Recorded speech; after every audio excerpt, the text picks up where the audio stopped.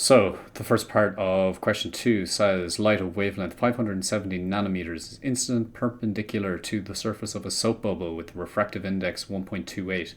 The 570 nanometer light goes missing when the soap bubble is viewed straight on. And part A asks, at which of the interfaces, air to bubble or bubble to air, does the reflected light undergo a phase shift of 180 degrees? So to start this off, we have the general rule that when you're going from a lower refractive index to a higher refractive index, there is a phase shift. And when you're going from a higher to lower, there's no phase shift. And that is because of reflections at the boundary layer between low to high refractive indexes. But because we know a bubble is mostly water and a bit of soap, we know that water has a higher refractive index than air, and so we are going from air to water, that's low to high, and so there will be a phase shift. So, really handy question, 3 marks, that's 3% of your exam, just on the definition. And so the next part of the question asks, calculate the minimum thickness of the bubble required for light directly reflected from the bubble to disappear.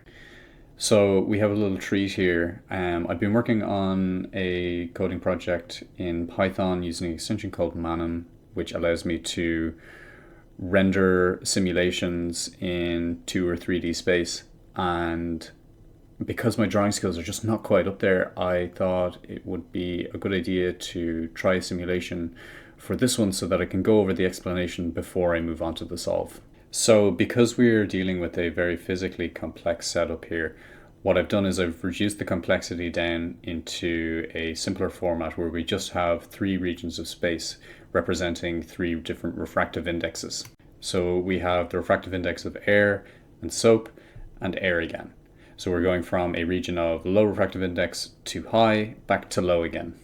And so we have an incoming wave traveling through the air, hitting the bubble and reaching the air to soap interface, where it reaches a transition of low refractive index to high refractive index.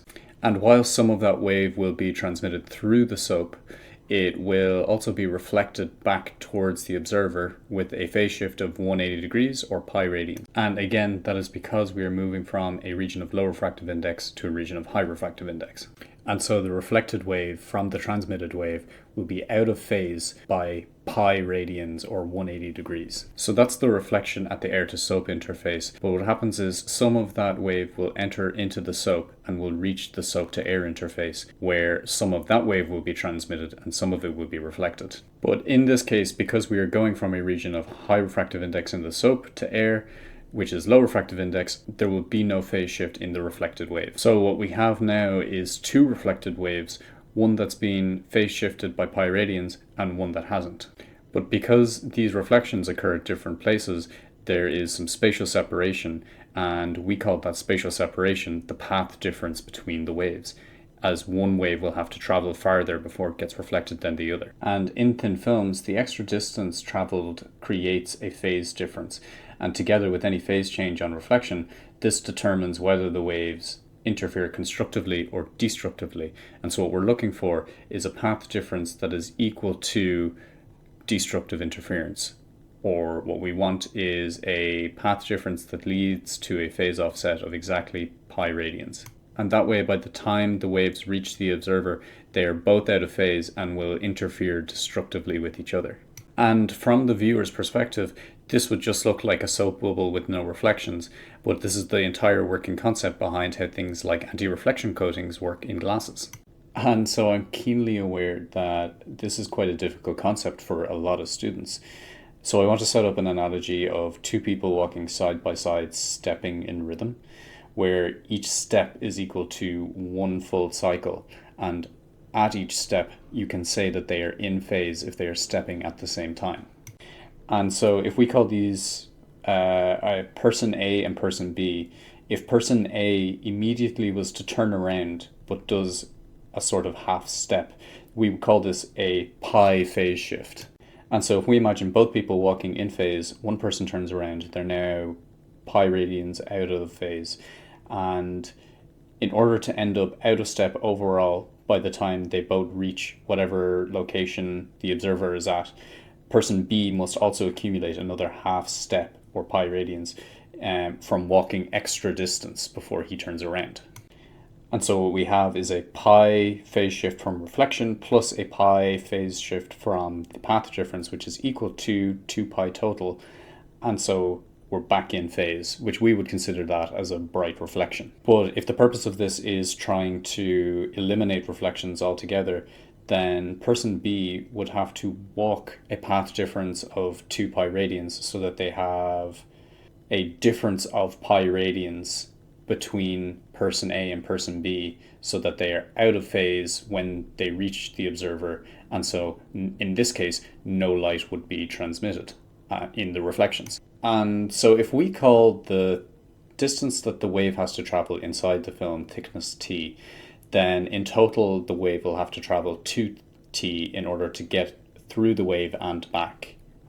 And because we're dealing with wave optics here, n is still the refractive index, and what it does is it scales how much extra phase the wave picks up while traveling in the film. And so a higher n would slow the wave more, which means that more phase is gained over the same thickness. And so what we're left with is a formula that gives 2t from the optical path difference multiplied by the refractive index is equal to m, where m is some multiple of 2 pi multiplied by the wavelength, lambda. And so hopefully you have a better idea as to where this equation comes from now. And with the diagram that we have in front of us, we can now increase the complexity back again to something that is a little bit more reasonable for you to draw in an exam. So coming back to the log tables now, we see that there's a formula called the thin film interference minima, and that is given as 2t is equal to m lambda. And because the question is asking for the thickness of the film in order to induce destructive interference, we can just rearrange this for t. And as I attempt to draw this system out, I think you can appreciate why it was probably for the best that I spent about a day working on that animation. What we can see here is we have our incident wave traveling through the air towards one boundary layer of the bubble, traveling through that boundary layer, through the bubble to the interior boundary layer, where it is reflected at both regions, and the path difference adds up to something where both reflected waves are out of phase exactly with each other and would cancel each other out. So at this point, what do we have? We have our 2t, which is the optical path difference of the wave traveling through the SOAP. Our n accounts for slower wave speed in the medium, and so we would scale the optical path difference by the refractive index of the medium, and so 2t becomes 2nt. And so if we take our rearranged formula earlier, then that then becomes nt is equal to m lambda over 2, and so t is equal to m lambda over 2n, where m is equal to 1 because we're only expecting one phase shift, and so we can solve this out. T is equal to 1 times 570 nanometers divided by 2 times a refractive index of 1.28. The nanometers need to be converted into meters, so 570 nanometers becomes 570 by 10 to the minus 9. And with a little bit of help from our calculator, we get a final answer for the thickness of the film to be 2.227 by 10 to the minus 7 meters, but we can round that up to 2.23 by 10 to the minus 7. So with that, the question is done. If you want, you can leave your answer as 2.23 by 10 to the minus 9 meters. 2 significant figures is more than enough for a question like this. Or if you want to, you can leave your answer in nanometers instead of meters, 223 nanometers, and we can move on.